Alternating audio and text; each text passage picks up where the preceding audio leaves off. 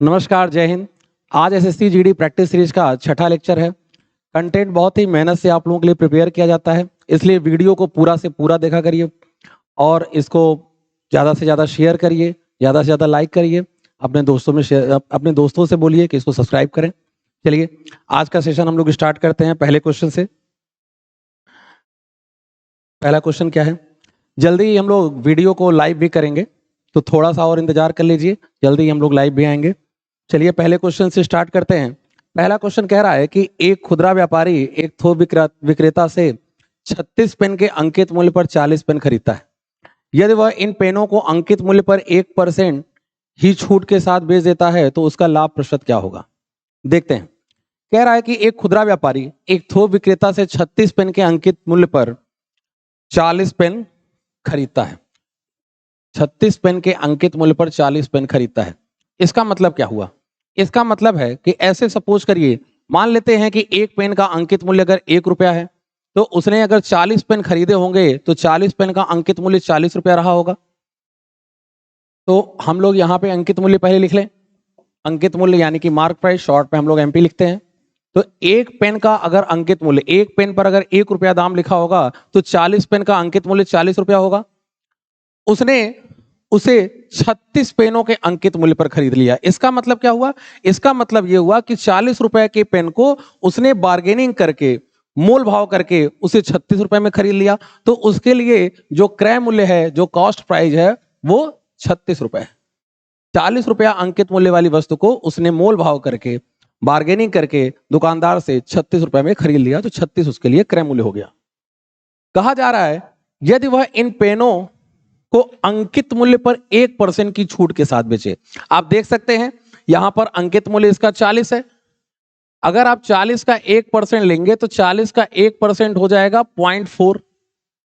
40 का 1% हम लोगों ने निकाल लिया 0.4। अगर 0.4 के डिस्काउंट पे अगर आप उस वस्तु को सेल करते हैं तो इसका मतलब है कि आप इसको 39.6 में सेल कर देंगे। ये इसका हो गया सेलिंग प्राइस यानी विक्रय मूल्य। क्रय मूल्य हमारा 36 है और आपने इसको सेल किया है, विक्रय किया है 39.6 रुपए में। तो आप यहां से देख सकते हैं कि उसको 3.6 रुपए का लाभ हो रहा है। चूंकि विक्रय मूल्य ज्यादा है और क्रय मूल्य कम है, तो विक्रय मूल्य में से क्रय मूल्य घटा लिया, तो ये हमारा लाभ आ गया, प्रॉफिट आ गया। पूछा जा रहा है कि प्रॉफिट का जो परसेंटेज है वो क्या होगा। जैसा कि हम जानते हैं कि प्रॉफिट हमेशा क्रय मूल्य पे कैलकुलेट किया जाता है। तो आप पता कर लीजिए कि जो ये हमारा लाभ 3.6 का हुआ है वो पूरे 36 का कितना परसेंट है। तो आप निकालेंगे तो आप देख सकते हैं ये हमारा 0 जाएगा, इधर पे 36 हो जाएगा, हमारा ये 10% प्रॉफिट बन रहा है। 36 से 36 कट जाएगा, हमारा 10% का प्रॉफिट। 10% यानी कि बी ऑप्शन। नेक्स्ट क्वेश्चन पे आते हैं। तीन राशियां एक्स वाई जेड इस प्रकार हैं कि वाई एक्स का साधारण ब्याज तथा जेड वाई का साधारण ब्याज है। इन दोनों स्थितियों में यदि समय तथा वार्षिक दर समान हो तो एक्स वाई तथा जेड में संबंध क्या होगा? हमको एक्स वाई जेड में रिलेशन पूछ रहा है। देखिए ये सवाल कई बार पेपर में आ चुका है और कई तरह के एग्जाम में, आप एसएससी सीएचएसएल में भी देखेंगे ये क्वेश्चन आया, सीजीएल में आया और तमाम एग्जाम में आ चुका, बैंक में आ चुका, एसआई में ये पेपर में ये क्वेश्चन आ चुका। देखते हैं बहुत सारे बच्चों को इसका आंसर भी रटा होगा। तीन राशियां एक्स वाई जेड इस प्रकार हैं, वाई एक्स का साधारण ब्याज है। तो जैसा कि आप जानते हैं कि ब्याज का फॉर्मूला होता है पीआरटी अपॉन 100। वाई जो है वो एक्स का ब्याज है, तो हम लोग यहां ब्याज लिख लेंगे और एक्स हमारा मूलधन है, तो यहां पे पी की जगह पे एक्स लिख लेंगे, आरटी अपॉन 100। वाई ब्याज था तो ब्याज की जगह वाई को रखा और एक्स हमारा प्रिंसिपल है तो प्रिंसिपल की जगह हम लोगों ने मूलधन की जगह एक्स को रख दिया। ठीक है, तो ये लाइन तो हम लोगों ने कर ली। आगे कह रहा है जेड वाई का साधारण ब्याज है। जेड जो है वो ब्याज है वाई का, इसका मतलब जेड को ब्याज की जगह पे रखेंगे और वाई का ये ब्याज है तो वाई हमारा यहां मूलधन की तरह के तरीके से काम कर रहा है, प्रिंसिपल की तरीके से वर्क कर रहा है, तो मूलधन की जगह हम लोग वाई रखेंगे और आरटी अपॉन 100 कर देंगे। हमसे पूछा जा रहा है बताइए एक्स वाई जेड में रिलेशन क्या होगा, संबंध क्या होगा। आप इसमें भाग दे दीजिए। अगर आप भाग देते हैं तो ये हो जाएगा वाई अपॉन जेड, भाग देने से ये 100 वाली वैल्यू 100 से कट जाएगी, ये RT वाली वैल्यू इस RT से कट जाएगी और आ जाएगा x upon y। Cross multiply कर दीजिए। क्रॉस मल्टीप्लाई अगर आप करते हैं तो क्रॉस मल्टीप्लाई करने से y और y का मल्टीप्लाई हो जाएगा तो y स्क्वायर और यहां हो जाएगा xz। हमसे पूछा जा रहा था बताइए कि एक्स वाई जेड में रिलेशन क्या होगा, तो एक्स वाई जेड में हम लोगों ने रिलेशन निकाल लिया Y square is equal to X Z. तो Y square is equal to X Z, देखते हैं कौन सा आंसर हमारा है। तो ये हमारा चौथा ऑप्शन आ रहा है, D option, Y square is equal to X Z. Next question पे बढ़ते हैं हम लोग। नेक्स्ट क्वेश्चन देखिए क्या है, चक्रवृद्धि ब्याज का क्वेश्चन है। कह रहा है कि कोई धनराशि वार्षिक चक्रवृद्धि साधारण ब्याज के आधार पर 3 वर्षों का 3 साल का समय है। चक्रवृद्धि ब्याज छोड़कर नहीं जोड़कर, यहां पर ये छोड़कर गलत लिखा है, जोड़कर 3 सही 3/8 गुना हो जाती है। 3 सही 3/8 गुना हो जाए तो वार्षिक ब्याज की दर क्या होगी। हमसे दर पूछा जा रहा है, रेट ऑफ इंटरेस्ट पूछा जा रहा है। तो देखते हैं।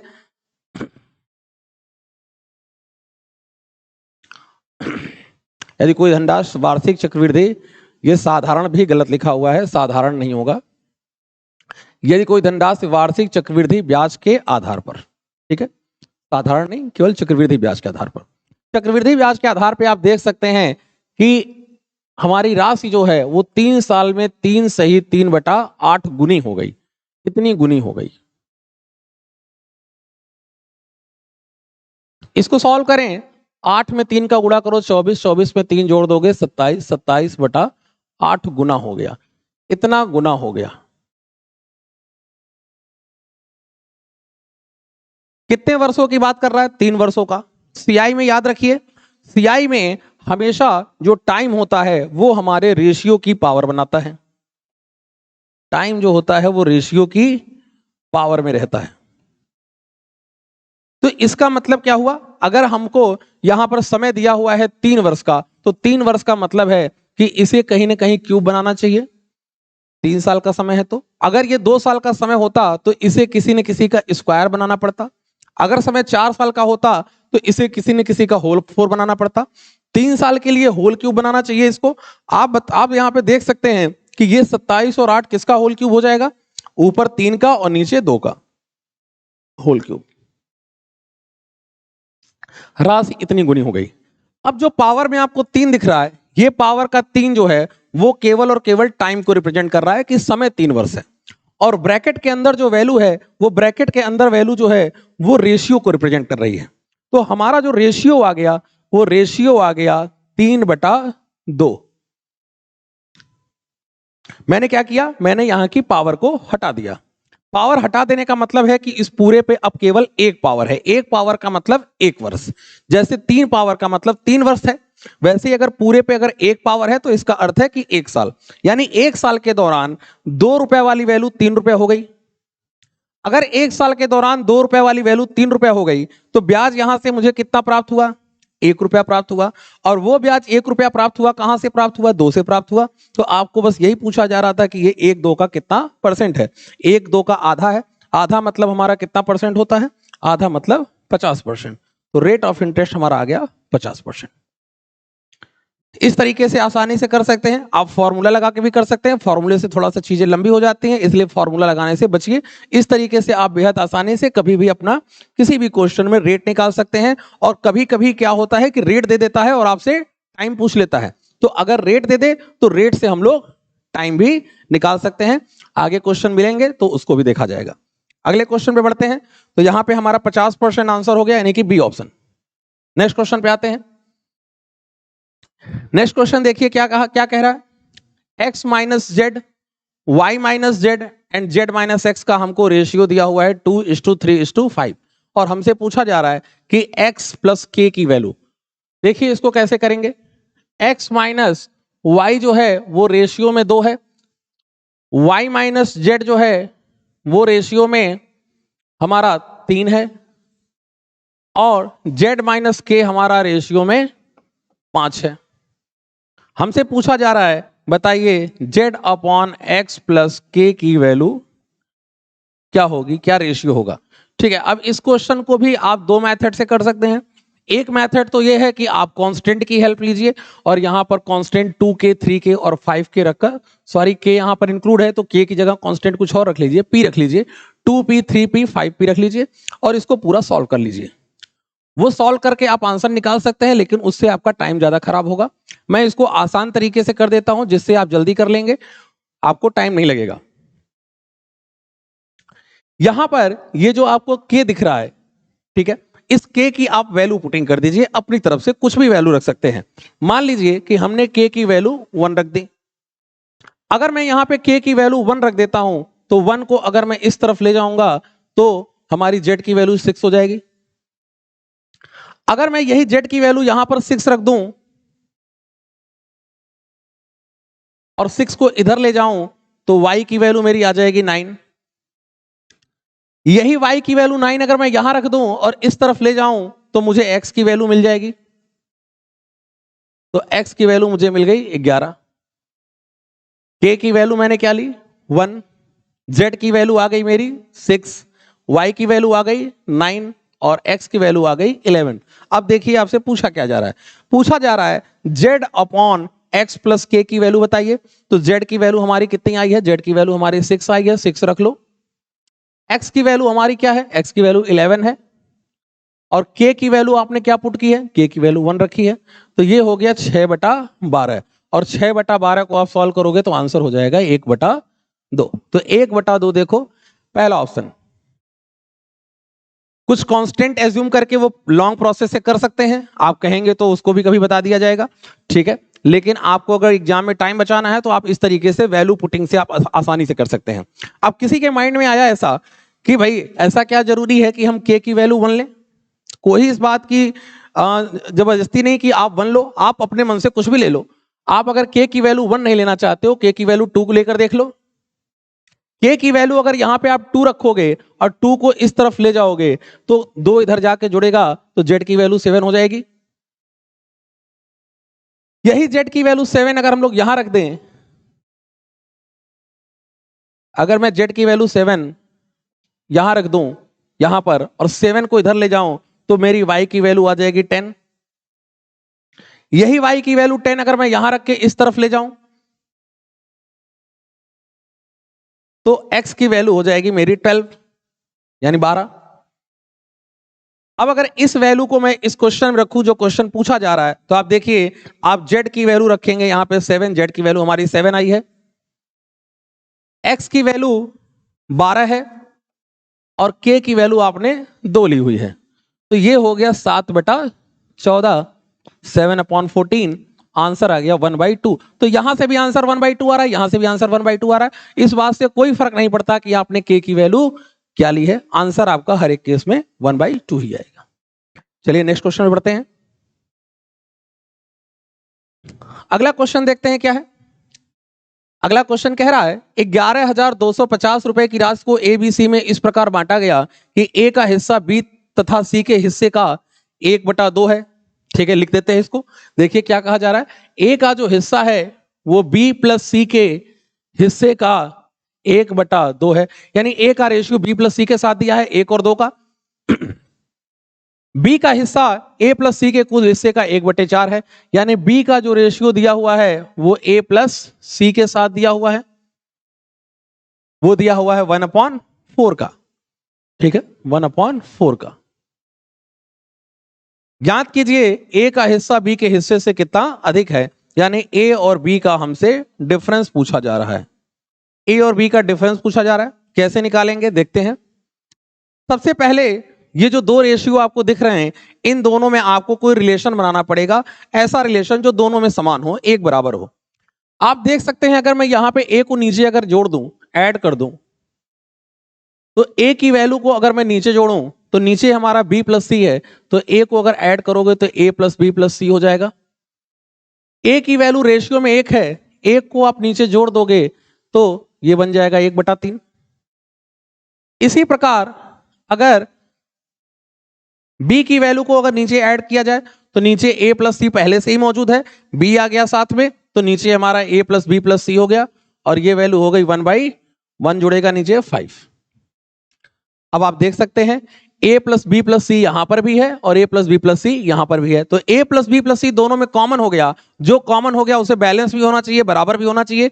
क्या a प्लस बी प्लस सी की वैल्यू दोनों जगह पे बराबर है? यहां a प्लस बी प्लस सी की वैल्यू आप देख रहे हैं 3 है और यहां वैल्यू 5 है, तो a प्लस बी प्लस सी को दोनों जगह बैलेंस होना चाहिए। वो बैलेंस नहीं है, तो बैलेंस कैसे करेंगे? बैलेंस करने के लिए 5 का गुणा ऊपर कर दो, 3 का गुणा नीचे कर दो। अगर हम 5 का गुणा ऊपर करते हैं तो ये 5 और 15 हो जाएगा, 3 का मल्टीप्लाई नीचे करते हैं तो 3 और 15 हो जाएगा इस तरीके से। तो आप देख सकते हैं यहां से a प्लस बी प्लस सी की वैल्यू यहां भी 15 बन गई और यहां भी 15 बन गई। a plus B plus C balance हो गया। जब a plus B plus C balance हो गया तो a ऑटोमेटिक बैलेंस हो गया। a की वैल्यू 5 और b की वैल्यू 3। रेशियो में अब मैं यहां से तीनों का रेशियो लिख सकता हूं। रेशियो में a की वैल्यू 5 आ गई, रेशियो में b की वैल्यू 3 आ गई और आपने देखा कि तीनों की टोटल वैल्यू 15 है। a प्लस बी प्लस सी तीनों 15 है। 15 में ये दोनों मिला के अगर 8 हैं तो सिंपल है c की वैल्यू जो होगी वो 7 होगी। सभी तीनों मिला के 15 हो सकते हैं। तीनों को अगर रेशियो ऐड किया जाए तो तीनों रेशियो ऐड करने पे हो रहा है 15। अब ये 15 का जो है वो हमको क्वेश्चन में दिया हुआ है कितने के बराबर? 11,250। तीनों की जो टोटल राशि है, ABC की कुल राशि है, वो हमें दी है 11,250। हमसे पूछा क्या जा रहा है? हमसे पूछा जा रहा है a और b का डिफरेंस। a b का डिफरेंस पूछा जा रहा है, तो a b का आप डिफरेंस निकाल लो। यहां से a और b का डिफरेंस हमको 2 का दिख रहा है। 15 की वैल्यू मालूम है, 2 की वैल्यू निकालनी है। 15 से हम लोग इसमें डिवाइड कर दें, 2 से मल्टीप्लाई कर दें। 15 से डिवाइड करेंगे, 15 सत्ते 105, 7 बचा, 15 पचे 75 और 2 का गुणा कर दोगे तो आंसर हो जाएगा 1500। कैलकुलेशन आप देख लीजिएगा, हो सकता है कैलकुलेशन कभी कभी गलत हो जाती है।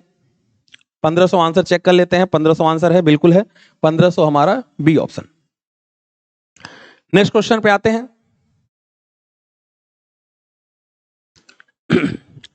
एक जार में कुल मिश्रण 78 लीटर है, 78 लीटर है। ये मिश्रण की टोटल मात्रा दी गई है। दूध और पानी का रेशियो, हमको मिल्क और वाटर का यहां पर रेशियो दिया हुआ है 6:7 का। कह रहा 26 लीटर मिश्रण इसमें से निकाल लिया जाए और कितना दूध मिला दिया जाए। बाद में हम लोगों ने यहां पे मिल्क ऐड किया है। मिश्रण में पानी की मात्रा 40% हो जाए। चलिए देखते हैं। एलिगेशन का मिश्रण चैप्टर का क्वेश्चन हो गया। एक जार में कुल 78 लीटर दूध और पानी का मिश्रण है। 78 लीटर हमारा मिश्रण है।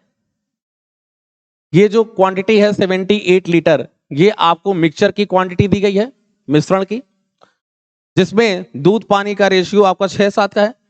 कह रहा मिश्रण से 26 लीटर निकाल लिया जाए।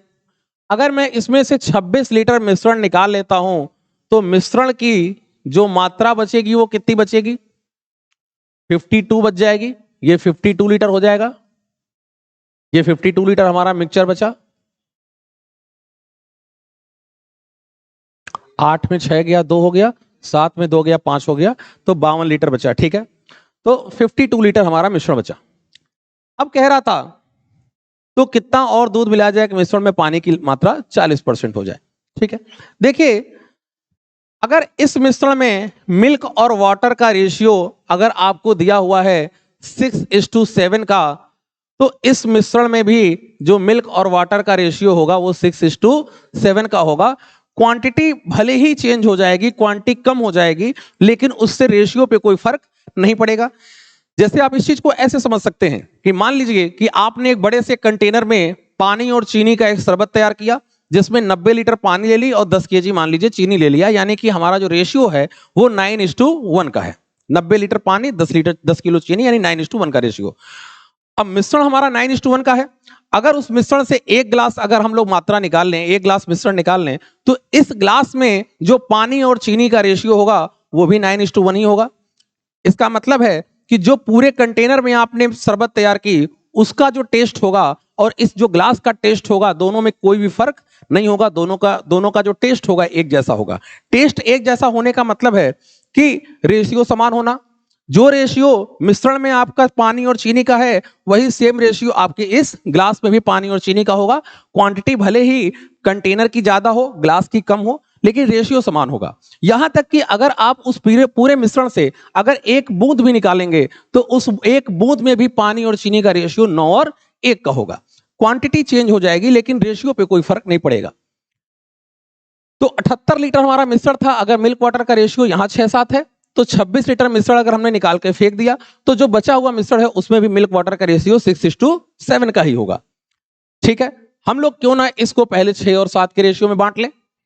अगर मैं 6-7 के रेशियो में बांटूंगा तो ये वैल्यू हो रही है 13 और ये वैल्यू हो रही है 52। 13 का 4 गुना 52 हुआ तो 6 का 4 गुना हो जाएगा 24 और 7 का 4 गुना हो जाएगा 28। तो ये हमारी मात्रा हो गई मिल्क की और ये मात्रा हो गई हमारी वाटर की। आपसे कहा जा रहा है कितना दूध मिला दिया जाए कि पानी 40% हो जाए। आपने क्या मिलाया? आपने दूध मिलाया, पानी तो नहीं मिलाया। ठीक है, दूध की मात्रा आपकी 40% हो जाए।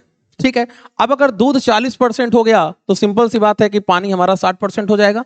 अच्छा, पानी आपने ऐड नहीं किया, इसका मतलब है कि वाटर अगर हमारा यहां 28 लीटर है तो जो फाइनल मिक्सचर तैयार होगा वहां भी वाटर मेरा 28 लीटर ही होगा। उसकी क्वांटिटी में कोई फर्क नहीं पड़ेगा क्योंकि आपने यहां पर पानी मिलाया है, सॉरी आपने दूध मिलाया, पानी नहीं मिलाया, तो पानी वही रहेगा। तो पानी जो 28 लीटर है क्वांटिटी वाइज, वो पानी हमारा मिश्रण में 60% हो जाएगा क्योंकि पानी 40% हमारा, सॉरी दूध हमने मिलाया है तो मिश्रण में पानी हमसे बोल रहा है 40%। ठीक है, तो आपने दूध मिलाया है तो दूध हमारा जो भी हो जाए, ठीक है, पानी की जो क्वांटिटी होगी वो वही रहेगी और पानी हमको बोल रहा है 40%। तो 40% की वैल्यू हमको मिल गई 28 लीटर। 40% की वैल्यू अगर हमको 28 लीटर मिल गई तो यहां से मैं नेट क्वांटिटी अपनी 100% निकाल सकता हूं। हमने दूध मिलाया है, पानी नहीं मिलाया, पानी हमारा 40% 28 लीटर के बराबर रहेगा। 100% की वैल्यू निकाल सकते हैं। ये 0 से 0 कट जाएगा, 4 से अगर इसको भाग दोगे 7 बार में 28 जा रहा है तो 10 में 7 का गुणा करोगे तो 70 लीटर। तो अब मेरा बर्तन जो है वो बर्तन मेरा कितने लीटर का बन गया? 70 लीटर का। जबकि यहां पे बर्तन आप देख रहे हो कितने लीटर का था? 52 लीटर का। जो बर्तन 52 लीटर का था वो 70 लीटर का बन गया। कितना लीटर हमारा बर्तन बढ़ गया? 18 लीटर बढ़ गया। वो 18 लीटर क्यों बढ़ा? वो 18 लीटर दूध मिलाने के कारण बढ़ा। तो यही दूध की बढ़ी हुई मात्रा पूछ रहा था, तो हमारा आंसर 18 लीटर। मिश्रण 52 से आ गया 70 पे, 18 बढ़ा, वो 18 दूध के बढ़ने के कारण से बढ़ा, तो वही हमसे पूछा जा रहा है।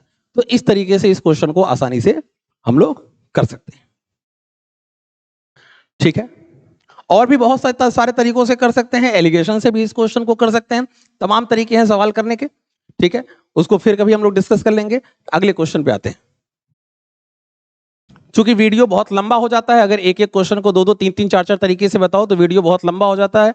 ठीक है, तो उसमें बहुत सारे लोग वीडियो पूरा देख नहीं पाते। उनका इतना धैर्य नहीं, उतना पेशेंस नहीं कि वो वीडियो को पूरा देख पाए। पता नहीं और किन कामों में वो व्यस्त रहते हैं और कौन सी प्राथमिकताएं हैं उनके जीवन में पढ़ाई के अलावा, जो 1 घंटे का वीडियो वो नहीं देख पाते हैं। घंटों घंटों रील्स देखने में अपना समय खराब कर देंगे, अन्य कामों में खराब कर देंगे, लेकिन उनके पास पढ़ाई के लिए 1 घंटे का समय नहीं होता। तो इसलिए हमारी मजबूरी है कि एक क्वेश्चन को भले ही 4 मेथड 5 मेथड से हो रहा हो, लेकिन कोशिश यही रहती है कि वीडियो को छोटा रखा जाए ताकि आप कम से कम उस वीडियो को देख सकें। नेक्स्ट क्वेश्चन पे आते हैं। बी के 1/6 समय में ए बी की तुलना में आधा काम करता है। यदि वे दोनों मिलकर 10 दिनों में काम खत्म कर सकते हैं तो बी अकेला उस काम को कितने में करेगा।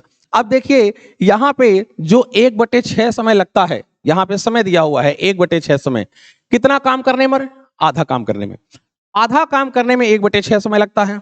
तो अगर आपसे पूछा जाए कि ये बताइए पूरा काम करने में कितना समय लगेगा, अगर किसी काम को अगर ऐसे समझो कि मान लीजिए कि अगर आप कोई काम 10 दिनों में कर लेते हो, आधा काम अगर 10 दिनों में कर लेते हो और आपसे पूछा जाए पूरा काम कितने दिन में कर लोगे, तो आधा काम अगर 10 दिनों में करते हो तो इसका मतलब है पूरा काम आप 20 दिनों में कर लोगे। काम चूंकि डबल हो रहा है तो समय भी उसी रेशियो में डबल हो जाएगा। तो यहां पर आधा काम हुआ है 1/6 समय में। तो अगर पूछा जाए कि पूरा काम कितने में, तो अगर काम अगर आधा से पूरा हुआ यानी डबल हुआ तो समय भी डबल हो जाएगा। तो 1/6 का अगर आप दूना करते हैं तो 1/6 का जब आप दूना करोगे तो 2 से कटेगा तो हमारा 1/3 का समय लगेगा। तो आधा काम करने में समय जो लगता था वो 1/6 लगता था। तो अगर पूछा जाए पूरा, पूरा का मतलब टोटल, टोटल का मतलब 1, अगर पूरा काम अगर किया जाए तो उसको करने में इसका डबल कर दो तो 1/3 समय लगेगा। तो हमने यहां से ए और बी के समय का रेशियो निकाल लिया, ए और बी के समय का रेशियो निकाल लिया। ए और बी के समय का रेशियो हो गया 1 और 3 का। यहां से हम लोग क्षमता का रेशियो निकाल सकते हैं, एफिशिएंसी का। एफिशिएंसी का क्षमता का रेशियो हो जाएगा 3 और 1। समय और क्षमता एक दूसरे के अपोजिट होते हैं, समय बढ़ता है क्षमता घटती है, या ऐसे कह लें अगर आप क्षमता बढ़ा रहे हैं तो समय घट जाएगा। अगर 10 मजदूर किसी घर को अगर 100 दिन में बनाते हैं तो 5 मजदूर कितने बनाएंगे? अगर मजदूर 10 से 5 हो गए, मजदूरों की संख्या आधी हो गई, तो जो काम 100 दिन में हो रहा था अब वो काम 200 दिनों में होगा, ज्यादा समय लगेगा। क्षमता घटेगी, समय बढ़ेगा, और अगर क्षमता बढ़ गई तो समय घट जाएगा। तो समय का उल्टा क्षमता हो गया, क्षमता का रेशियो 3 और 1 का। कह रहा दोनों मिलकर काम को 10 दिनों में करते हैं। अब आप देख सकते हैं दोनों की मिला के क्षमता यहां पर 3 और 1 मिला के ये पूरी 4 हो रही है। 4 की क्षमता से पूरा काम जो है वो 10 दिनों में हो रहा है। तो हमसे पूछा जा रहा है कि बी अकेला उस काम को करने में कितना समय लगाएगा। तो बी की क्षमता आपको यहां 1 दिख रही है, 1 की क्षमता से उस काम को कितने समय में करेगा। तो आप देख सकते हो ये हमारा समय आ गया 40। देखते हैं आंसर, सी ऑप्शन। अगर इसी में पूछ लिया गया होता कि बताइए उसी काम को अगर ए करे तो कितने में करेगा, तो एक की क्षमता हमारी 3 है, तो यहां पे आप 3 रख देते, जहां आपने 1 रखा हुआ है यहां पे आप 3 रख देते, 3 से भाग देते, तो 40/3 यानी 13 सही 1/3 आंसर आ जाता। चलिए ऑप्शन में नहीं है, कोई बात नहीं, अगर हो तो वो आपके लिए खतरे का ही विषय होगा, क्योंकि हो सकता है कि कोई जल्दबाजी में बी का समय निकाल ले। अगर और तो कुछ खैर पूछ नहीं सकता क्योंकि दोनों का समय दिया हुआ है। यहाँ है तो ए पूछ सकता था या तो बी पूछ सकता था। ए का हम लोगों ने यहां से पूछा हुआ है बी का समय, तो बी का समय हम लोगों ने निकाल लिया। ए का पूछता तो वो भी निकाल लेते। नेक्स्ट क्वेश्चन पे आते हैं। अगला क्वेश्चन है, एक पाइप किसी टंकी को 40 मिनट में खाली करता है, दूसरा पाइप जिसका व्यास पहले पाइप के व्यास का पहले पाइप से दुगना है, टैंक को खाली करने के लिए जोड़ दिया जाता है। दोनों एक साथ अगर टैंक को मिलकर खाली करें तो टैंक कितने देर में खाली हो जाएगा। देखते हैं क्वेश्चन को। देखिए, एक अकेला पाइप टंकी को 40 मिनट में खाली कर सकता था। ए अकेला पाइप टंकी को 40 मिनट में खाली कर सकता है। कह रहा है एक दूसरा पाइप है जिसका व्यास पहले पाइप से दुगना है, व्यास डबल है, डायमीटर जो है उसका डबल है। डायमीटर डबल होने का क्या मतलब हो गया? डायमीटर डबल होने का मतलब हो गया कि उसकी क्षमता जो है वो 4 गुनी हो गई। कुछ लोग सोच रहे होंगे शायद व्यास दुगना हुआ तो क्षमता दोगुनी हो गई। ऐसा नहीं, क्षमता दुगनी नहीं, क्षमता 4 गुनी। अब ऐसा क्यों होगा? कोई भी पाइप कितना पानी निकालेगा ये डिपेंड इस बात पे करता है कि उस पाइप की जो आकृति है, मुंह का जो आकार है वो कितना छोटा या कितना बड़ा है। अब पाइप अगर बेलनाकार है तो उसके मुंह का आकार जो होगा वो सर्कुलर होगा, सर्कल होगा। सर्कल का हम लोग एरिया जानते हैं पाई आर स्क्वायर। तो मान लेते हैं कि पहले जो उसका रेडियस था वो R1 था, बाद में रेडियस उसकी R2 हो गई, पाई से पाई कट गया तो आपका क्षेत्रफल का जो रेशियो बना वो R1 स्क्वायर और R2 स्क्वायर। व्यास दुगना कह रहा है। मान लेते हैं कि पहले जो व्यास था वो 2 था और बाद में जो व्यास है वो 4 था, व्यास डबल हो गया। कुछ भी मान सकते हो, 1 और 2 भी मान सकते हो, उससे कोई फर्क नहीं पड़ता। डबल कह रहा है, हमने 2 4 मान लिया। अगर व्यास पहले 2 था तो त्रिज्या पहले 1 रही होगी, तो 1 का अगर आप स्क्वायर यहां कर दो, यहां व्यास अगर 4 है, डबल हुआ है, तो त्रिज्या जो रही होगी 2 रही होगी, 2 का स्क्वायर कर दो, तो यहां आपका ये 1 हुआ और ये हमारा 4 हुआ। तो आपने देखा कि जो क्षेत्रफल है वो 4 गुना हो गया। तो व्यास को दूना किया, इसका मतलब त्रिज्या दूनी हो गई। त्रिज्या दूनी हो गई तो मतलब क्या हुआ? क्षेत्रफल जो है वो पाइप का जो मुंह की आकृति है, जो वृत्ताकार है, वो क्षेत्रफल उसका 4 गुना हो गया। क्षेत्रफल 4 गुना होने का मतलब क्षमता 4 गुनी हो गई, और क्षमता 4 गुनी होने का मतलब है कि अब वो पानी जो है, वो जो पाइप है वो 4 गुनी स्पीड से पानी निकालेगा। 4 गुनी स्पीड से निकालेगा, क्षमता 4 गुनी होगी, तो समय उसको 1/4 लगेगा। जो काम पहले 40 मिनट में हो रहा था अब वो 4 गुनी क्षमता से होगा, तो क्षमता 4 गुनी हुई तो समय 1/4 यानी कि 10 मिनट लगेगा। तो दूसरे पाइप को वही काम करने में 10 मिनट लगेगा। अब कह रहा दोनों मिलकर काम करें, तो दोनों मिलकर काम करें तो दोनों की क्षमता का, दोनों के टाइम का पहले हम लोग एलसीएम लेकर टोटल काम निकाल लें। 40 और 10 का एलसीएम हो जाएगा 40, भाग देके अगर आप क्षमता निकालते हो तो क्षमता हो जाएगी 1 और 4। ये 40 काम अगर दोनों मिलकर करें 5 की क्षमता से, तो टोटल काम जो है वो 8 मिनट में कंप्लीट हो जाएगा। तो 8 मिनट देखिए आंसर, पहला ऑप्शन, ठीक है। नेक्स्ट क्वेश्चन पे आते हैं। एक व्यक्ति एक निश्चित दूरी तक पैदल जाने तथा गाड़ी से वापस आने में कुल 4 घंटा 30 मिनट का समय लेता है। पहले वो पैदल जाता है और फिर वो गाड़ी से वापस आता है और उसे टोटल समय लगता है 4 घंटा 30 मिनट। 4 घंटा 30 मिनट का मतलब क्या हो जाएगा? 4 घंटे को अगर आप मिनट में चेंज करोगे तो 1 घंटे में 60 मिनट, 60 गुणे 4 हमारा 6 चौका 24, 240, 240 में 30 मिनट और जोड़ दिया जाए तो 270 मिनट हो जाएगा। हमने इसको मिनट में कन्वर्ट कर लिया। जब एक तरफ से वो पैदल जा रहा था और वापसी में गाड़ी से आ रहा था तो 4 घंटे 30 मिनट लग गए। कह रहा वो दोनों दिशाओं में समान चाल से अगर गाड़ी से यात्रा करे, यानी कि दोनों दिशाओं में, यानी कि वो जाएगा भी गाड़ी से और आएगा भी गाड़ी से, तो ऐसे में उसे समय लगते हैं कुल 3 घंटे। 3 घंटे का मतलब हो जाएगा 180 मिनट। 1 घंटे में हमारे 60 मिनट होते हैं, 3 घंटे में 180 मिनट।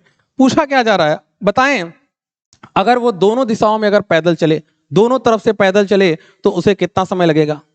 चलिए ये दो इक्वेशन है, इसको सॉल्व करते हैं। अब इसको सॉल्व करने के भी दो तरीके हैं।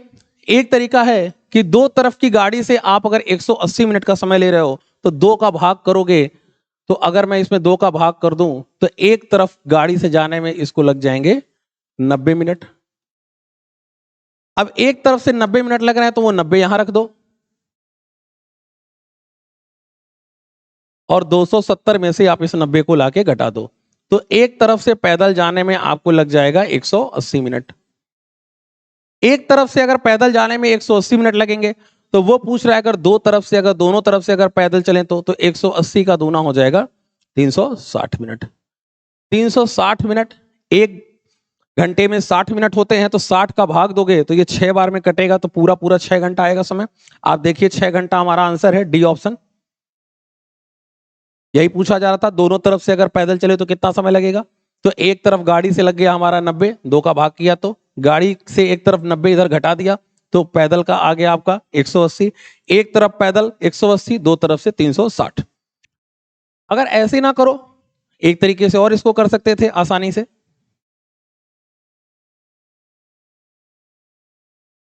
आप सिंपल है, ऊपर वाली इक्वेशन को डबल कर दो और नीचे वाली इक्वेशन को सीधा सीधा घटा दो। इससे क्या होगा, अगर ऊपर वाले को डबल करोगे तो 2 बार पैदल मिलेगा और 2 बार गाड़ी से मिलेगा। नीचे वाले को अगर घटाते हो तो 2 बार तुमने चूंकि गाड़ी ले रखा है यहां पर 2 का गुणा करके, और 2 बार गाड़ी नीचे भी है तो वो कैंसिल हो जाएगा और 2 बार मुझे पैदल की वैल्यू मिल जाएगी और वही मुझे चाहिए थी। तो मैं सीधे सीधे 270 का डबल करूंगा, 270 का डबल 540 और नीचे वाली वैल्यू घटा दूंगा। तो ये वाली वैल्यू जब मैं घटाऊंगा तो 14 में 8 गया 6 हो गया और यहां से 4 में गया तो 360 मिनट। 360 मिनट का मतलब 6 घंटे। तो कुछ नहीं करना था, ऊपर वाले को डबल कर दो, इस समय को डबल करके इसको हटा दो। इसको डबल कर दोगे 2 पैदल और 2 गाड़ी, 2 गाड़ी से 2 गाड़ी कट गई, 2 पैदल मिल गया और वही हमसे पूछा जा रहा था। 6 घंटे का समय आ गया। ऐसे जल्दी कर सकते हैं। नेक्स्ट क्वेश्चन पे आते हैं। अगला कहा जा रहा है एक गाड़ी 800 मीटर लंबी रेलगाड़ी, एक 800 मीटर लंबी रेलगाड़ी 78 किलोमीटर प्रति घंटे की चाल से चलते हुए सुरंग को 1 मिनट में पार कर लेती है। उस सुरंग की लंबाई क्या होगी? चलिए देखते हैं। एक रेलगाड़ी है, उसकी लंबाई दी गई है, उसकी चाल दी गई है, वो एक सुरंग को पार करती है 1 मिनट में। हम लोग समझते हैं कि जब कोई रेलगाड़ी किसी सुरंग को, किसी टनल को अगर पार करती है तो ऐसे में रेलगाड़ी की लंबाई तो पार होगी ही होगी, इस सुरंग की लंबाई भी पार होगी, दोनों की लंबाइयां पार होंगी। तो हम लोग सबसे पहले इस 78 की चाल से 1 मिनट चला के देख लें कि उस 1 मिनट के दौरान उस ट्रेन ने टोटल कितनी डिस्टेंस कवर की है। तो टोटल डिस्टेंस अगर निकालनी है तो 78 की स्पीड से हमें चलाना पड़ेगा, यही स्पीड दी गई है। इस स्पीड को आप मीटर पर सेकेंड में चेंज कर लीजिए। जब किलोमीटर प्रति घंटे को मीटर पर सेकेंड में आप चेंज करते हैं तो 5/18 का मल्टीप्लाई करते हैं और आपको चलाना है 1 मिनट। 1 मिनट का मतलब होता है 60 सेकेंड। क्योंकि ये जो चाल है वो मीटर पर सेकेंड में रखी हमने, तो इस समय को भी हमने आप सेकेंड में कर लिया। अब इसको अगर सिंप्लीफाई करते हैं, 6 से काट दो, यहां से 6 3 18 10 हो गया। 3 से काट दो, 3 दूना 6 3 6 18, 26 गुणे 5 हो जाएगा 130 और 10 का मल्टीप्लाई 1300। यानी उस रेलगाड़ी ने टोटल 1300 मीटर की दूरी तय की है उस 1 मिनट के दौरान। और आप जानते हैं जब रेलगाड़ी अगर किसी सुरंग को पार करेगी तो रेलगाड़ी की भी लंबाई पार होगी और साथ में सुरंग की भी लंबाई पार होगी। तो ये जो लंबाई आई है इसमें रेलगाड़ी भी लंबाई है और सुरंग की भी लंबाई है। आपको रेलगाड़ी की लंबाई यहां पे दिया हुआ है 800, तो रेलगाड़ी की लंबाई अगर मैं 800 मीटर हटा दूं यहां पर 1300 में, तो मुझे सुरंग की लंबाई मिल जाएगी 500 मीटर। मुझसे सुरंग की ही लंबाई पूछी जा रही है यहां पर, तो 500 मीटर हमारा आंसर होगा। 500 मीटर चेक कर लीजिए, आंसर होगा। नेक्स्ट क्वेश्चन पे बढ़ते हैं। 10 व्यक्तियों की एक टीम में 9 व्यक्तियों में प्रत्येक ने अपने भोजन पर 40 रुपए खर्च किए तथा शेष एक व्यक्ति सभी 10 व्यक्तियों के औसत खर्च से 9 रुपया अधिक खर्च करता है, तो उनके खाने पर कुल खर्च क्या हुआ। अब देखिए इसको भी आप दो तरीके से कर सकते हैं। एक बेसिक तरीका है, आप उसको x मान के करिए, उससे चीजें थोड़ी सी लंबी हो जाएंगी, टाइम टेकिंग हो जाएगा। या आप विदाउट x करिए, उससे आप ज्यादा आसानी से कर लेंगे। ठीक है, तो हम लोग विदाउट x करने की कोशिश करेंगे। देखिए कैसे करेंगे। पहले एक एग्जांपल से इसको समझते हैं। जैसे मान लीजिए कि 6 व्यक्ति हैं, खाना खाने के लिए एक होटल में जाते हैं और टोटल 600 रुपए का बिल आता है। अगर ये 600 रुपया बिल अगर 6 लोगों में डिवाइड कर दिया जाए तो प्रत्येक को 100 रुपया बिल देना चाहिए। लेकिन 6 लोगों में 5 लोगों ने कहा कि हमारे पास 90 रुपए से ज्यादा देने को नहीं है। क्या अगर छठवां व्यक्ति अगर अपने हिस्से का 100 रुपया दे देगा तो क्या बिल क्लियर हो जाएगा? बिल क्लियर कतई नहीं होगा। बिल क्लियर तब होता जब सभी लोगों ने 100 रुपया दिया होता। तो बिल क्लियर कैसे होगा? अब चूंकि ये जो छठा दोस्त है ये थोड़ा पैसे वाला है, तो इसने कहा कि ऐसा करते हैं कि मेरे दोस्तों ने जो 10 रुपया कम दिया उसकी भरपाई मैं कर देता हूं। अगर ये एक दोस्त की 10 रुपया भरपाई करेगा तो ऐसे 5 दोस्तों की वो कुल कितनी भरपाई कर देगा? 50 रुपया। यानी अगर वो 150 का बिल चुका दे तो बिल पूरी तरीके से क्लियर हो जाएगा। वैसे अगर देखा जाए तो इसको 100 रुपया से ज्यादा नहीं देना चाहिए था क्योंकि 100 एवरेज था, लेकिन इसने एवरेज से ज्यादा पे किया। अब आप समझ सकते हैं कि ये जो एवरेज से ज्यादा पे किया गया है वो क्यों पे किया गया? वो इसीलिए पे किया गया क्योंकि इसके दोस्तों ने कम दिया, उसी की भरपाई इस छठे दोस्त ने की है। तो ये जो 50 रुपए की भरपाई कर रहा है वो कितने दोस्तों की कर रहा है? 5 दोस्तों की। 5 दोस्तों की अगर 50 रुपया भरपाई कर रहा है तो एक दोस्त की उसने कितनी भरपाई की होगी? 10 रुपया। इसका मतलब है इनके दोस्तों ने अगर पहले 90 दिया था तो इनको 10 और देना चाहिए था, तो इनका जो एवरेज बिल होता वो 100 का होता। अगर एवरेज बिल 100 का है और आपसे पूछा जाए कि बताइए टोटल बिल कितना है, तो टोटल 6 लोग हैं तो 100 में 6 का मल्टीप्लाई कर देंगे, हमारा टोटल बिल 600। उम्मीद है ये एग्जांपल आपको समझ में आया होगा।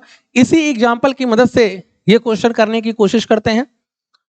10 व्यक्तियों की टीम में 9 व्यक्तियों ने अपने भोजन पर 40 रुपया खर्च किया। एक व्यक्ति ने सभी 10 व्यक्तियों के औसत से 9 रुपया अधिक। अब आप सोचिए ये जो औसत से 9 रुपया अधिक दे रहा है, इसको तो केवल जो 10वां व्यक्ति है उसको केवल अपने औसत के बराबर देना चाहिए था, जैसे इसे केवल औसत के बराबर देना चाहिए था 100 रुपया, लेकिन इसने औसत से ज्यादा दिया। क्यों दिया? औसत से ज्यादा इसलिए दिया क्योंकि इसके बाकी दोस्तों ने कम दिया होगा, उनकी भरपाई कर रही है।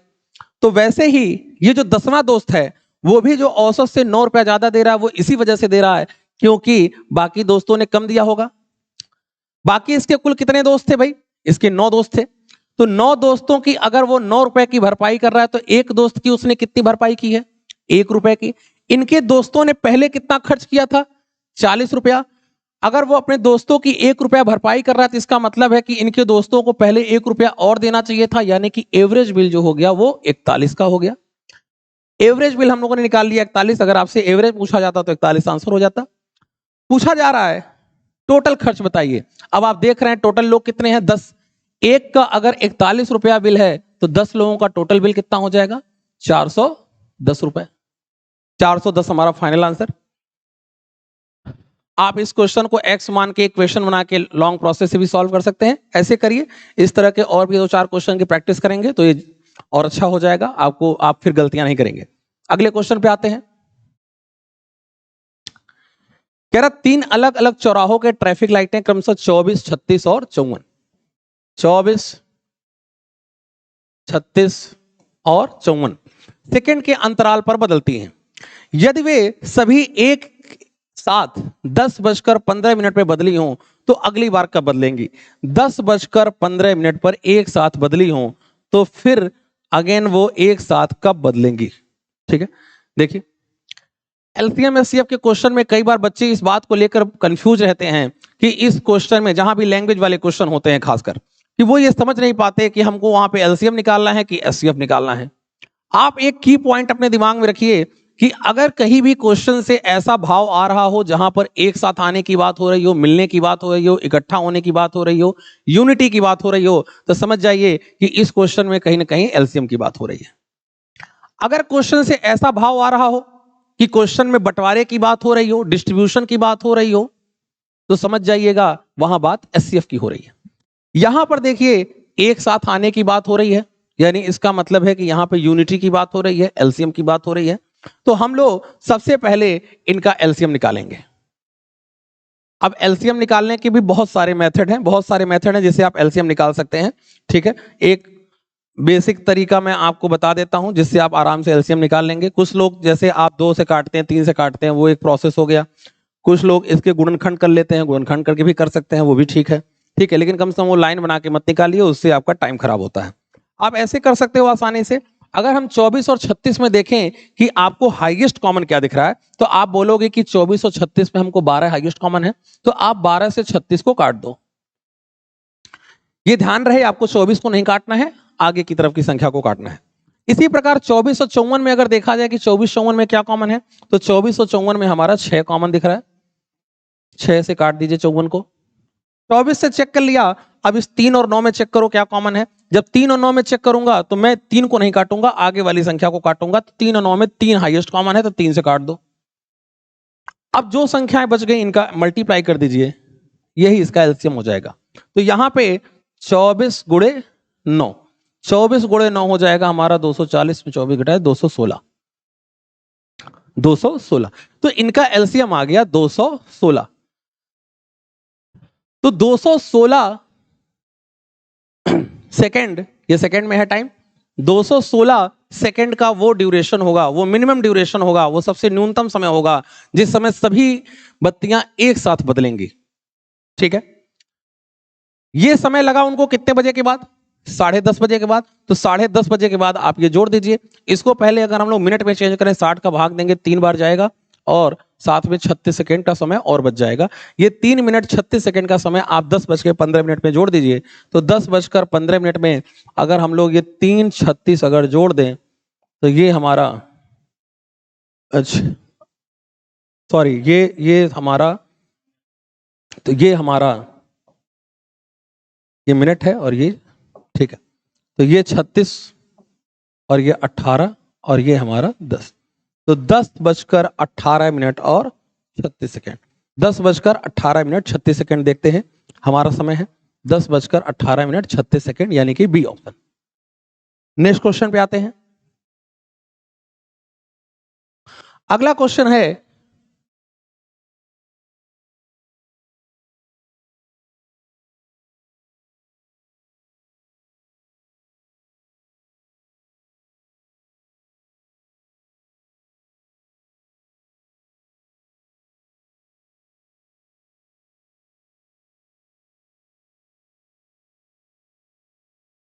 ये हमको सॉल्व करना है। सिंप्लीफिकेशन का क्वेश्चन है, जनरल सा, बहुत साधारण सा, सिंपल सा क्वेश्चन है। करते हैं इसको। आप देखिए ऊपर हमारा बन रहा है ए स्क्वायर माइनस बी स्क्वायर। ए स्क्वायर माइनस बी स्क्वायर को अगर मैं ब्रेक करूं तो एक ब्रैकेट में आ जाएगा ए प्लस बी, दूसरे ब्रैकेट में आ जाएगा ए माइनस बी। अगर ए प्लस बी करते हो 998 और 997 को जोड़ते हो तो 998 997 को जोड़ने पे आ जाएगा 1995। अगर हम लोग a माइनस बी करें, इसको घटाओगे तो ये तो 1 हो गया, इसका कोई मतलब नहीं, ये 45 रहने दो। नीचे आ जाओ, नीचे भी हमारा A square minus B square बन रहा है, तो इसको भी आप a plus B A minus B कर सकते हैं।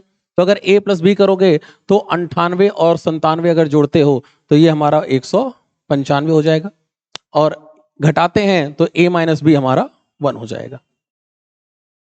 ऊपर हमारा आ गया कितना, ऊपर हमारा आ गया 1995 माइनस 45, और नीचे आ गया 195।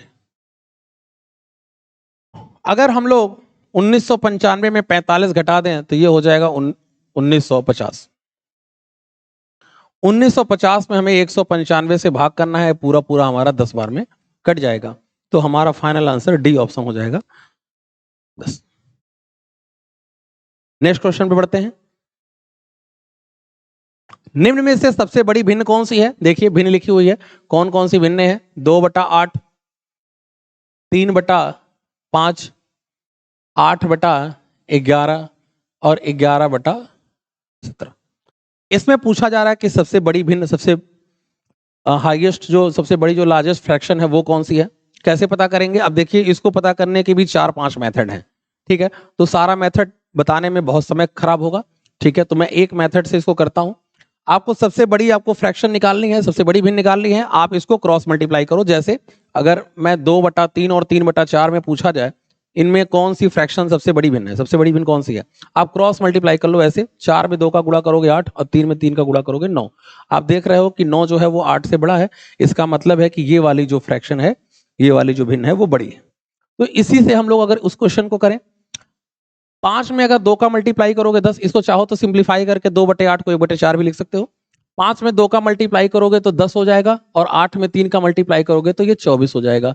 तो 10 छोटा आ गया, 24 बड़ा आ गया, हमें बड़ा चाहिए, छोटे की हमें जरूरत नहीं है, तो छोटे की जरूरत नहीं, इसको हटा दो। अब इसी तरह इसको कंपेयर करेंगे हम लोग, इसको अगर कंपेयर करें तो 11 में 3 का मल्टीप्लाई करोगे 33, और 8 पे 5 का मल्टीप्लाई करोगे 40। 33 से बड़ा 40 है, तो हमको बड़ा चाहिए, छोटा ये है, इसको हटाते हैं। अब इसको लेके आगे बढ़ेंगे। अब इनका हम लोग अगर इस तरह से कंपेयर करें, 17 गुणे 8 कर लो, 136 हो गया, 11 गुणे 11 करोगे 121 हो गया। तो आप देख पा रहे हैं 136 बड़ा है, 121 हमारा छोटा है, तो ये छोटा हो गया, और ये वाली जो फ्रैक्शन है ये सबसे बड़ी आ गई। तो इस तरीके से क्रॉस मल्टीप्लाई करके जल्दी कर सकते हैं। तो हमारा आंसर हो गया 8/11, यानी कि ए ऑप्शन। नेक्स्ट क्वेश्चन पे आते हैं। अगला क्वेश्चन है, ए और बी विषम संख्याएं हैं, ए और बी हमारे ऑड नंबर हैं, इनमें से कौन सा एक इवन है? देखिए ए और बी के बारे में बोला है कि ए और बी जो हैं वो ऑड हैं, तो हमें पूछ रहा है कौन सा ऐसा नंबर है जो इनमें इवन है, सम है। देखते हैं। पहला ऑप्शन है A plus B plus A B. इसको चेक करते हैं। ए और बी के बारे में बोला गया है कि ए और बी दो विषम संख्याएं, ऑड नंबर। आप कोई भी दो ऑड नंबर रख लीजिए अपने मन में, कुछ भी रख सकते हैं। हमने मान लो 1 और 3 ले लिया, अब 3 और 5 ले लीजिए, 5 7 ले लीजिए, कोई भी दो ऑड नंबर ले लीजिए, और इसको यहाँ पे रख के देखिए। अगर मैं यहाँ पर 1 और 3 रखूं तो 1 3, 3 और 1 का मल्टीप्लाई करोगे तो 3 आएगा, तो ये 3 और 1 हो गया 4, और यहां से हो गया 3, तो ये आपका 7 हो गया। 7 जैसा कि हम जानते हैं कि एक विषम संख्या है, लेकिन हमको क्या पूछ रहा था, हमें सम संख्या पूछ रहा था, तो इसका मतलब है कि ये जो ऑप्शन है वो पूरी तरह से गलत है। यहां से हमको और इवन नंबर नहीं मिलेगा, हमको इवन चाहिए। दूसरे ऑप्शन को चेक करें, ए प्लस बी प्लस 1।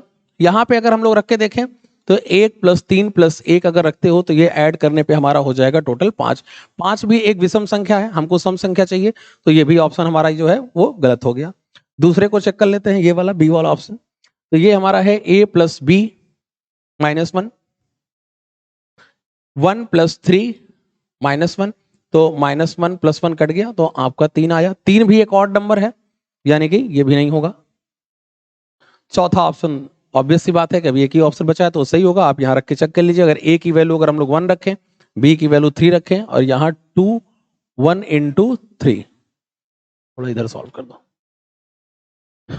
1 + 3 + 2 1 × 3, तो ये हो जाएगा हमारा 4, और ये हो जाएगा हमारा 3 × 2 6, और 6 4 हमारा हो जाएगा 10।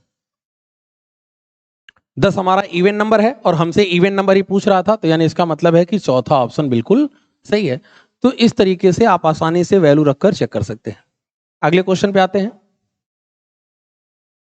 दो छात्र एक परीक्षा में बैठे, उनमें से एक ने दूसरे की तुलना में 9 अंक अधिक हासिल किए। उसके अंक जो हैं वो दोनों के अंकों के योग का 56% है। दोनों ने कितने अंक प्राप्त किए, दोनों के अलग अलग अंक पूछ रहा है।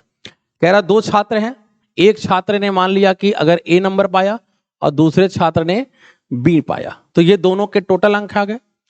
अब कह रहा है उनमें से एक ने दोनों के अंकों के योग का 56, दोनों के अंकों का योग। अब दोनों के अंकों का योग क्या है नहीं मालूम, मैं दोनों के अंकों के योग को 100% मान लेता हूं कि दोनों के अंकों का योग 100% है।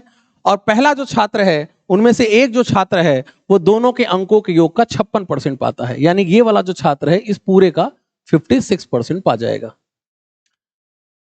ये दोनों जोड़ने पे 100 के बराबर होने चाहिए। अगर ये 56 है और टोटल 100 है तो 100 में 56 घटा देंगे तो इसकी वैल्यू हो जाएगी 44%। तभी 56 और 44 मिला के 100 होगा।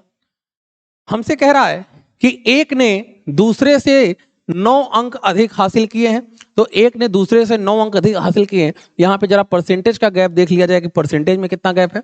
तो परसेंटेज में आप देख सकते हो कि यहां गैप हमको 12% का दिख रहा है, और ये 12% का गैप जो है वो अंकों में 9 अंक के बराबर दिया। तो 12% की वैल्यू हमको मिल गई। हमको दोनों छात्रों के अलग अलग अंक पूछे जा रहे हैं, तो आप एक बार 56 की वैल्यू निकाल लीजिए और एक बार 44 की वैल्यू निकाल लीजिए। ठीक है, अगर हम 12 और 9 को काटेंगे 3 से तो ये 4% की वैल्यू आप कह सकते हो 3 के बराबर। अगर 3 से काटा जाए तो 56 की वैल्यू हमसे पूछ रहा है। अगर 56 की वैल्यू मैं यहां से निकालूं तो आप 4 का भाग करके और 56 का गुणा कर लीजिए, या सिंपल है ऐसे समझिए कि इनमें रेशियो अगर 4 और 3 का है तो 14 चौका 56, तो 14 तिया 42। हमने इसमें भी 4 और 3 का रेशियो बना लिया, तो पहले के अंक आ गए 42। दूसरे के अंक अगर हमें निकालने हैं 44%, तो इनमें भी चूंकि 4-3 का रेशियो, तो यहां भी 4-3 का रेशियो बनाएंगे, तो 11 चौका 44 और 11 तिया 33, तो ये दूसरे के अंक आ गए। आपको दिक्कत होती है तो आप 4 का भाग कर लीजिए और 56 का मल्टीप्लाई करिए तो पहले के अंक आ जाएंगे। 4 का भाग करके 3 में 44 का गुणा कर देंगे तो दूसरे वाले अंक आ जाएंगे। तो ये हमारा 42 और 43, 42 और 33 आंसर आ रहा है। तो 42 और 33 हमारा सी ऑप्शन। नेक्स्ट क्वेश्चन पे आते हैं। एक व्यापारी ने एक सामान खरीदा और उसे 5% हानि पर बेच दिया। यदि वह सामान को 10% कम मूल्य पर खरीदता और 33 रुपए अधिक मूल्य पर बेचता तो उसे 30% का लाभ होता। सामान का लागत मूल्य यानी कि क्रय मूल्य सीपी हमको कॉस्ट प्राइस फाइंड करनी है। कह रहा है एक व्यापारी ने एक सामान को 5% हानि पर बेचा। चलिए यहां पर हम लोग लिखेंगे अपना क्रय मूल्य और यहां हम लिखेंगे अपना सेलिंग प्राइस यानी कि विक्रय मूल्य। 100% मैंने क्रय मूल्य माना और मुझसे कह रहा है कि 5% हानि पर बेच दिया। इसका मतलब है कि इसका जो सेलिंग प्राइस होगा वो 95 होगा, 95% होगा। कहा जा रहा है कि अगर वो सामान को 10% कम मूल्य पर खरीदता, 10% कम मूल्य पर खरीदने का मतलब है कि अगर उसका क्रय मूल्य 100 था, अगर उसका क्रय मूल्य 10% कम होता तो 90 होता। पहले क्रय मूल्य 100 था, अब नया क्रय मूल्य इसका 90 हो गया। 33 रुपए अधिक में बेचता। अब इस 33 रुपए को थोड़े समय के लिए रोक दीजिए, इसका बाद में यूज करेंगे। आगे बढ़िए। बेचता तो उसे 30% का प्रॉफिट होता। जैसा कि हम जानते हैं हमेशा प्रॉफिट का जो कैलकुलेशन होता है वो हमेशा क्रय मूल्य पे होता है, कॉस्ट प्राइस पे होता है। 30% की लाभ की बात हो रही है। अब मेरा नया क्रय मूल्य 90 है। अब मैं इस नए क्रय मूल्य पे ही अपना लाभ निकालूंगा, तो 90 का 30% जब मैं निकालूंगा तो 90 का 30% हो जाएगा 27। इसमें 27 अगर मैं जोड़ दूं तो मेरा जो सेलिंग प्राइस होगा, जो विक्रय मूल्य होगा वो 117 होगा। दोनों के विक्रय मूल्य, दोनों के सेलिंग प्राइस का अगर मैं अंतर देखूं तो 17 और 5 हमारा 22% होगा। और यही दोनों के विक्रय मूल्य का अंतर जो है 22%, वो हमको यहां रुपए में दिया हुआ था 33 रुपए के बराबर। 33 रुपए अधिक मूल्य पर बेचता। 33 रुपए अधिक मूल्य पर बेचता। बेचता मतलब क्या? सेलिंग प्राइस की बात हो रही है। तो ये हमारा 22% जो है वो 33 रुपए के बराबर है। अगर हम लोग 11 से दोनों तरफ काट दें तो 11 दूना 22 और 11 तिया 33, यानी हम कह सकते हैं 2% की वैल्यू जो है वो 3 रुपए के बराबर है। आपसे पूछा क्या जा रहा है? आपसे लागत मूल्य पूछी जा रही है। लागत मूल्य मतलब क्रय मूल्य, जो इनिशियल कॉस्ट प्राइस है, जो प्रारंभिक क्रय मूल्य है, वो लिखा नहीं, अंडरस्टूड होता है कि प्रारंभिक क्रय मूल्य। प्रारंभिक क्रय मूल्य हमारा 100%। 2-3 का रेशियो है, तो 50 दूना 100, 50 तिया 150, तो हमारा जो क्रय मूल्य आ गया वो 150 आ गया। आप 2 का भाग कर लीजिएगा 3 में, 100 का गुणा कर लेंगे, 150 आ जाएगा। या आप ऐसे देख लो, 2 का 50 गुना 100, 3 का 50 गुना 150, 150 हमारा क्रय मूल्य आ गया। Answer C option. Next question पे, 145 रुपए, 145 रुपए हेक्टेयर, ठीक है, ये ऐसे होना चाहिए, 145 रुपया प्रति हेक्टेयर की दर से, यहां देखिए सही लिखा हुआ है 145 रुपए, यहां भी ठीक है, सही है, यहां भी सही है, 145 रुपए प्रति हेक्टेयर की दर से, यहां पे प्रति का चिन्ह लगा होना चाहिए था, वो नहीं है। 145 रुपए प्रति हेक्टेयर की दर से एक वर्गाकार खेत की बुआई की लागत जो है वो 1305 रुपये आती है। 1305 जो है वो मेरा टोटल खर्च है। टोटल बुआई कराने पे मुझे 1305 रुपया पे करना पड़ा, और जबकि 1 हेक्टेयर का खर्च दिया हुआ है 145 रुपए। अगर मैं 1 हेक्टेयर अगर खेत की बुआई करूं तो मुझे 145 रुपए देने पड़ेंगे, और जबकि मैं यहां टोटल कितना खर्च कर रहा हूं, टोटल मैं खर्च कर रहा हूं 1305 रुपया। आप ऐसे समझिए कि अगर 1 हेक्टेयर का अगर दाम अगर 10 रुपया हो, तो 100 रुपया अगर आपने खर्च किया तो कितने हेक्टेयर आपने काम कराया, तो 100 में सीधे 10 का भाग करोगे, 10 हेक्टेयर। अगर 1 हेक्टेयर का अगर खर्च अगर 10 रुपया हो और आपने टोटल 500 रुपया अगर खर्च किए, तो कुल कितनी जमीन रही होगी, कितनी जमीन पे आपने काम कराया, तो 10 का भाग दे दीजिए 500 में, तो 50 हो जाएगा। इसी प्रकार यहां पे 1 हेक्टेयर का खर्च अगर हमारा 145 है और टोटल खर्च अगर हमारा 1305 आ रहा है, तो 1305 में अगर मैं 145 से भाग दे देता हूं, तो मुझे यह मालूम चल जाएगा कि टोटल खेत का क्षेत्रफल कितना है, कितने क्षेत्रफल पे मैंने बुआई कराई है। 145 से इसमें भाग करिए, 1450 तक 10 बार जाएगा, 145 कम है यानी 9 बार जा रहा है भाग, तो ये जो भाग गया वो टोटल 9 बार गया, यानी कि 9 हेक्टेयर। तो मैंने यहां से खेत का क्षेत्रफल निकाल लिया कि मेरा जो खेत का क्षेत्रफल है वो 9 हेक्टेयर है। 9 हेक्टेयर पे हमने बुआई कराई है। हमें मालूम होना चाहिए कि जो 1 हेक्टेयर होता है वो 10,000 वर्ग मीटर होता है।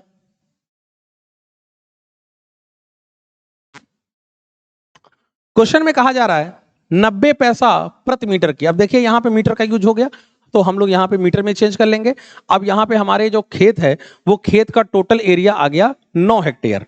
9 हेक्टेयर हमारा खेत का एरिया आ गया, तो इसका मतलब होगा कि अगर मैं 9 हेक्टेयर अगर लिखता हूं, अगर 9 हेक्टेयर अगर एरिया लिखता हूं, तो 9 का गुणा करूंगा तो ये इसमें 4 जीरो बढ़ जाएगा, इतना वर्ग मीटर इसका खेत का एरिया है। खेत जो है वो कैसा है, वर्गाकार है। खेत वर्गाकार है, वर्ग का आप जानते हो जो क्षेत्रफल होता है वो भुजा का वर्ग होता है। तो यानी कि मुझको ए स्क्वायर की वैल्यू मिल गई 90,000।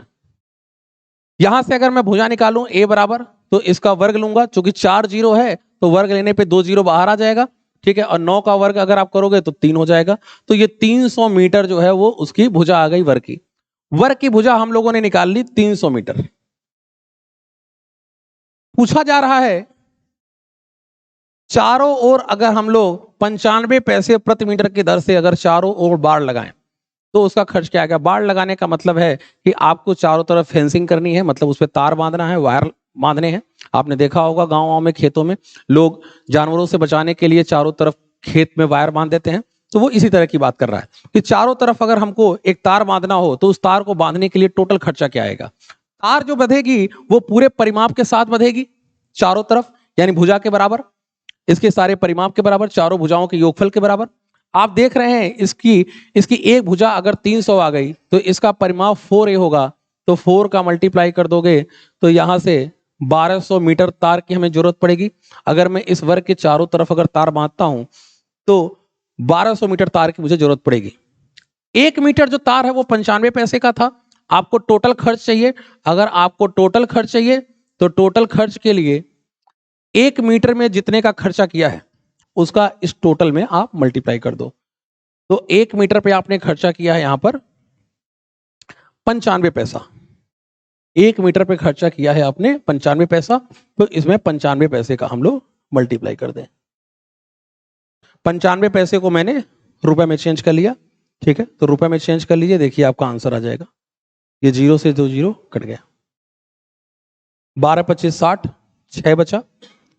12 9 108, 108 और 6 114। ठीक है, एक बार चेक कर लीजिए, सही है। 12 25 60, 6 हो जाएगा। 12 9 108, 108 और 6 114। तो 114 रुपए का यानी कि 1140 रुपए का खर्चा आएगा। एक बार कैलकुलेशन पूरी हम लोग एक बार देख लेते हैं। 145 का हमने भाग किया है, तो ठीक है, ये 9 आ गया। 9 का मतलब इसका 3 आ जाएगा, 3 का मतलब 3, ठीक है, 300 सही है। 1400 1140, तो ये हमारा डी ऑप्शन जाएगा। ठीक है, अगले क्वेश्चन पे आते हैं। 3 सेंटीमीटर व्यास की शीशे की गोलाकार गेंद को पिघलाकर 3 गोलाकार गेंदें बनाई जाती हैं। इन गेंदों में से 2 व्यास क्रमशः 1.5 सेंटीमीटर तथा 2 सेंटीमीटर है। तीसरी गेंद का व्यास ज्ञात कीजिए। ठीक है, तो देखिए आपसे कह रहा है कि एक गोला है, इसको पिघला के हमने छोटे छोटे 3 गोले बनाए हैं। इसको पिघला के हमने छोटे छोटे 3 गोले बनाए हैं। इसका मतलब क्या है? इसका मतलब है इस गोले का आयतन इन तीनों गोलों के आयतन के बराबर होगा। आपको गोले का आयतन याद होगा। गोले का आयतन का फॉर्मूला हो जाता है 4/3 पाई आर क्यूब। जब 4/3 पाई आर क्यूब करोगे तो इसके लिए भी लिखोगे, इसके लिए भी लिखोगे, इसके लिए भी, इसके लिए भी। तो 4/3 पाई तो कांस्टेंट है, नियत है, फिक्स है, वो सभी के लिए होगा। वो इसके लिए भी होगा, इसके लिए भी होगा, इसके लिए भी, इसके लिए। तो वो 4/3 पाई दोनों तरफ से कॉमन लेने पे कट जाएगा। तो इस 4/3 पाई का कोई यूज नहीं है। मैं इस वाले के लिए रेडियस अगर लिख दो R1 या R ही लिख दो, ठीक है, तो R क्यूब बराबर इसके लिए R1 क्यूब, इसके लिए R2 क्यूब और इसके लिए R3 क्यूब। 4/3 पाई हमारा कॉमन है, वो कट जाएगा। यहां से अगर हम लोग व्यास देखें 3 है, तो व्यास अगर इसका 3 है तो रेडियस हमारी 3/2 होगी।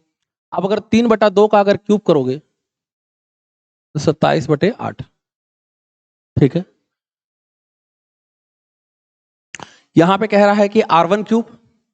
R1 आप देख लीजिए, इसका जो व्यास दिया गया है वो 1.5 दिया है। 1.5 व्यास है यानी 3/2 व्यास है।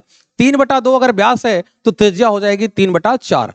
और जब आप 3/4 का क्यूब करोगे तो 27/64 होगा। प्लस यहां व्यास हमें दिया है 2, तो इसकी त्रिज्या 1 हो जाएगी और 1 का क्यूब करोगे 1 होगा। अब प्लस R3 क्यूब, हमको यहां से R3 निकालनी है। चलिए R3 निकालते हैं। तो R3 क्यूब बराबर हो जाएगा 27/8 माइनस 27/64 माइनस 1। इसको सॉल्व करते हैं। यहां से देखिए इसका एलसीएम तो 64 हो जाएगा। यहां 8 का गुणा करोगे, 8 से 56 का 6, 5 बचा, 8 दूना 16, 5 21। यहां हमारा 27 ही रहेगा और यहां हमारा 64 हो जाएगा। ठीक है, तो ये हमारा हो गया 216 और यहां हो गया 7 4 11 हासिल 6 2 8 1 9/64। ठीक है,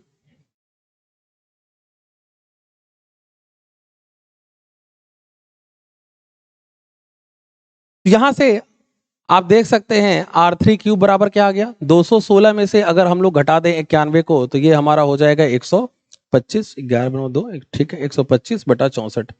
अगर हम लोग यहां से क्यूब रूट लेते हैं, अगर क्यूब रूट लोगे तो R3 की वैल्यू हो जाएगी 125, हमारा क्यूब होता है 5 का और ये हो जाता है 4 का। तो रेडियस हमारी आ गई 5/4। रेडियस 5/4 आ गई, लेकिन हमसे क्या पूछा जा रहा है? तीसरी गेंद का व्यास। ये तो रेडियस आई है, व्यास का मतलब इसका डबल करना पड़ेगा। इसका जब तुम दूना करोगे तो 5/4 का दूना हो जाएगा 5/2। 5/2 यानी 2.5 यानी 2.5। 2.5 हमारा व्यास होगा। 2.5 देखिए सी ऑप्शन जाएगा। नेक्स्ट क्वेश्चन पे आते हैं। एक ही आकार नहीं, सॉरी, आकार है। एक ही आकार के 3 सिक्के जिसकी रेडियस 1 सेंटीमीटर है एक मेज पर इस प्रकार रखे जाते हैं कि उनमें से प्रत्येक अन्य 2 को स्पर्श करता हो। सिक्कों से घिरे क्षेत्र का क्षेत्रफल निकालना है।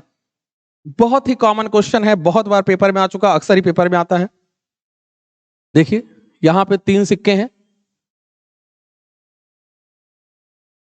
कुछ इस तरीके से रखे हुए हैं। जिनकी रेडियस हमको दी गई है 1 सेंटीमीटर। कह रहा है कि उनमें प्रत्येक को स्पर्श कर रहे हैं, ये तीनों सर्कल एक दूसरे को टच कर रहे हैं, स्पर्श कर रहे हैं। इनसे घिरे हुए क्षेत्र का क्षेत्रफल, घिरा हुआ क्षेत्रफल आप देख पा रहे हैं कि घिरा हुआ क्षेत्रफल, ये बीच वाला जो पार्ट है, इसका हमसे एरिया पूछा जा रहा है। तो हम लोग सबसे पहले इनके सेंटर को ज्वाइन कर देंगे।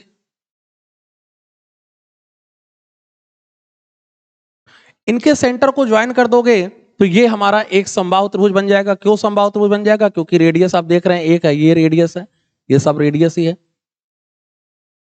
तो रेडियस है। तो इसकी भुजा 2 हो गई, ये भुजा 2 हो गई, ये भुजा 2 हो गई, तो ये हमारा एक समबाहु त्रिभुज बन गया, इक्विलेटरल ट्रायंगल बन गया। इस इक्विलेटरल ट्रायंगल में से, इस समबाहु त्रिभुज में से आप जो ये 3 सेक्टर देख रहे हैं, एक सेक्टर, सेक्टर मतलब त्रिज्यखंड, इस 3 त्रिज्यखंड को आप घटा लीजिए तो ये जो बीच वाला आपका रेड पार्ट दिख रहा है वो उसका एरिया आ जाएगा, वही पूछा जा रहा है। समबाहु त्रिभुज का एरिया का फॉर्मूला हम जानते हैं, होता है √3/4 a²।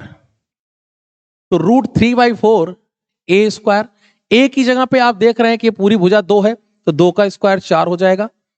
हम लोग इसमें से 3 सेक्टर, 3 त्रिज्यखंड का एरिया घटाएंगे। आप देख पा रहे हैं कि हर एक त्रिज्यखंड जो है वो 60-60 डिग्री का है, तो 60-60 डिग्री के 3 त्रिज्यखंड मिलके पूरा 180 डिग्री बनाएंगे। पूरा जो सर्कल होता है, पूरा जो वृत्त होता है वो 360 डिग्री का होता है। ये तीनों त्रिज्यखंड मिला के 180 डिग्री बना रहे हैं, इसका मतलब पूरे सर्कल का आधा बना रहे हैं। तो पूरे सर्कल का जो आधा होगा वो हटा दो। सर्कल का एरिया हम जानते हैं πr², आधा करना है तो πr²/2, πr²/2। r हमारा 1 है, 1 का स्क्वायर 1 होगा बटा 2, ये घटा लो, ये 4 से 4 हमारा कैंसिल हो जाएगा, √3 - π/2।